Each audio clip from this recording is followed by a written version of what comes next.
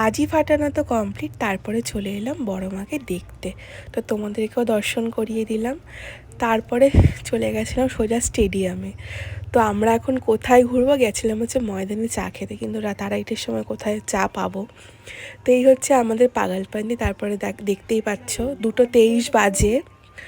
আর তোমার এখানে আমরা এখন স্টেডিয়াম দিয়ে যাচ্ছি। আর সোনাই আমাকে ভয় দেখাতে যাচ্ছে যে মিমি দেখো আমাদের পিছনে কেউ আসছে হেঁটে হেঁটে।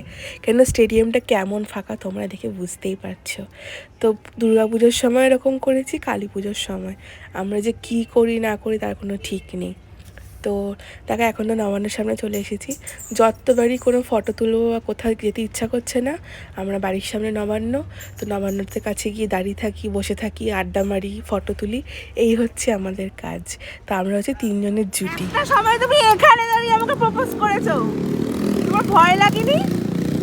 হ্যাঁ, ভয় লেগেছিল এই নবান্নর সামনে দাঁড়িয়ে? বাবা মনে আছে কি নাকি ভুলে গেছো?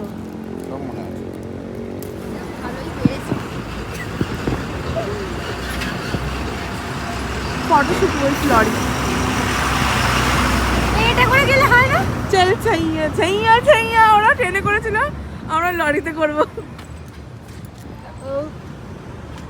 মামা এখানে থাক, তুমি আমি ঘুরে আসি। হ্যাঁ হ্যাঁ হ্যাঁ,